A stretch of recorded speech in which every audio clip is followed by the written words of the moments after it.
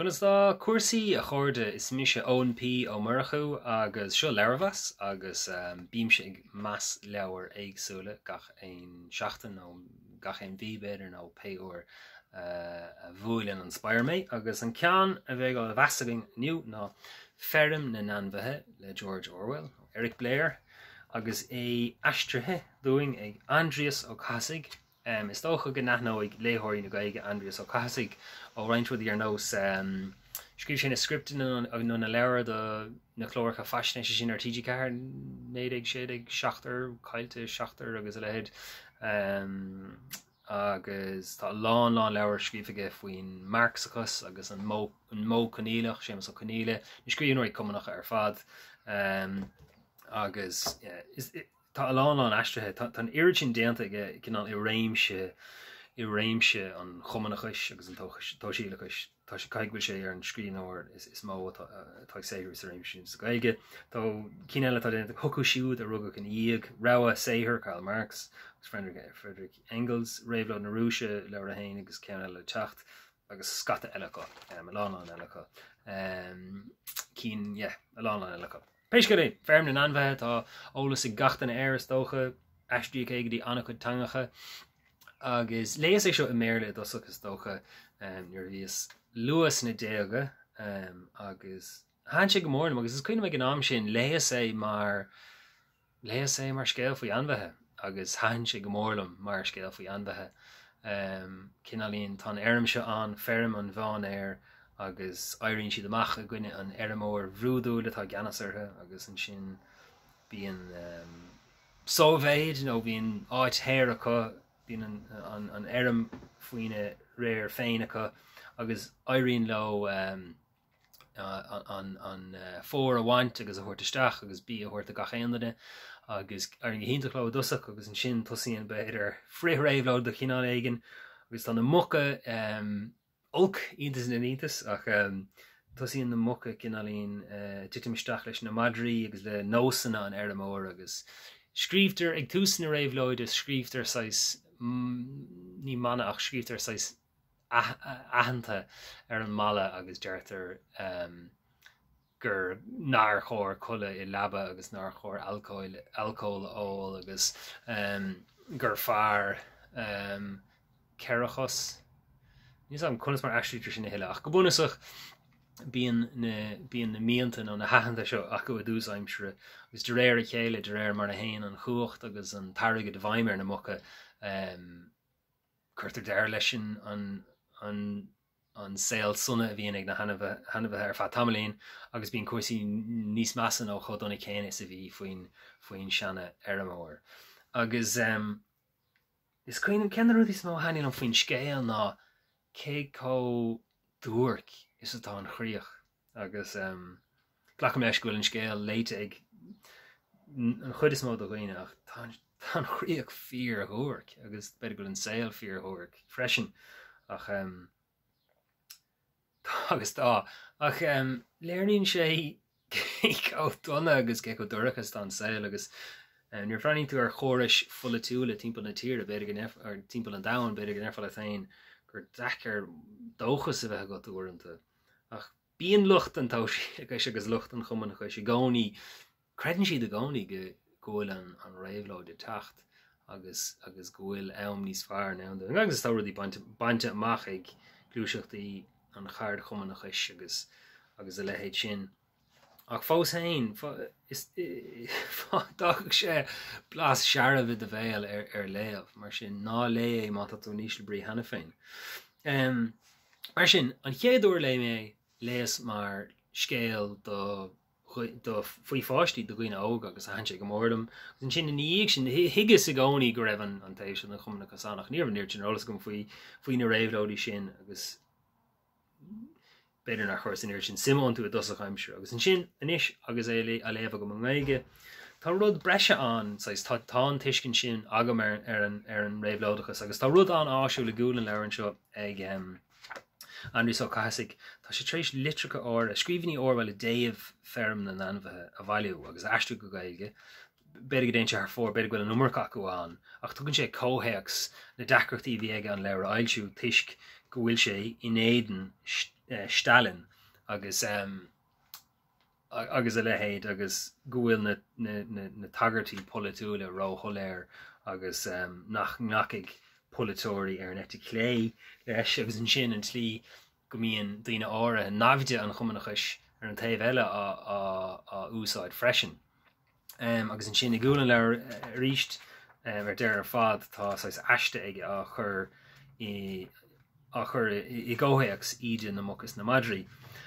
Agus tá sé spéisiúil léas an uair seo hé agus bhí cinálína léamh agus is mína bhar an bhrith réamh lód agus an trí go depan ar chóirsaí agus an trí go lúban agus gnéanaan an chuacht caim daoine agus go bhágann sé gur dachar. Sin go sin fear feictar ríis is ríist eile é nuair bhíon cuacht agus airgid ag daoine. Ar fiú má thosainn siad amach agus sprucanna ordmhínta ordaimenacha go athraíonn sé iad agus cléanaan an chuacht iad mar a tharlíonn is leis a leabhar agus an sin an drám sin atá gceannas agus atá thuas ní chaitheann siad go mála an drám atá thaíos. Agus tá leabhar annach aird, ní nach 3,000 focail nó dhéigeann sa bhuntanga agus airíonn le Orwell scéal an coscroch an bhránach spéisiúil tá líonanta le charachtar éagsúla a chruthú tuis go sé manin sé úsad as an meafar siimplí seo an tanmhí na ghine nó an duine ina anmhí. Agus airíonn anmháil leis ar mén sin an puinte polúil sin a chur trasna. Ach ní gád ar éire é sin hiiscint an taobh polúil a hiiscint le tainmh bhaintas. Ach siad go féidir léamh eile fós íana bhar sa lá an Luan, tuis go bhfuil ceartan an anmhethe tríéis teach an tosig ní bháin ar bheann morálteach á thaobh cuasaí timpachta agus a lehéid. Mar sin tá léamh eile fós tá léamh na anmhethe I dosach, scéal anmhethe do fáistí beidir dosach na daoine óga, agus sin tá scéal polúil an, agus sin tá tríú é le go leirnis, agus sin é cuasaí écóíochta cuasaí morálteachta ó thaobh cinál specas a chus más me leat focail a chuma sé sin a bheith cineoch in éidir specas nó a bheith specas a chuch tá sé dachar sin rá specas a chuch in éaldan specas áirithe. Agus tuigh an léamh sin isteach níos mó amachchan seo agus is féidir é hiiscin ar mensin, mar ar nóí ní hastíonn an na hanmhethe go sciúbfar an nimhice agus ní hastíonn an na hanmhethe go marófar a chéile agus go níos faríad ach sin é a tharlíonn agus mínta cinálína taobh agus nuair eicinn tú nuair tá saoil mar himpelir in cinálína dúil tú do ithe anmhethe agus do rúthéirú dhéanamhar anmhethe tá an tuiscin sinna teachtasteach. Bhí lehéad an cínte I ré Orwell freisin tá lucht végetóirechas agus séntóirí feola an leis le céab cínte os cíann céab blion agus bhí an an tam sin. Agus léamh nua a cinálín forlachan é sinna dhéanfar ar stáile amachchan seo. Mar leis an aistúáin féin tá sé anna bha. Rud faoi chuiscéim a déiring faoi chuiscéim ná nach uaireanta nach míon an slach céanna orthu is a bhíoch ach tá cean seo anna gláán ó thaobh níos go léin nó bhacham aon túpris nó aon bhotún cló nó aonar mar sin. Tá cinnti áirithe an tá leabhar féin tá scéal féin anna chaidánach ach an sin tá ír aiste sa canúnach rud tá spéisiúil go chun airtáid Aindrias ó Cathasaigh ar nóig ach rointain cinnti déanann sé cinálín gailú ar roint mar sin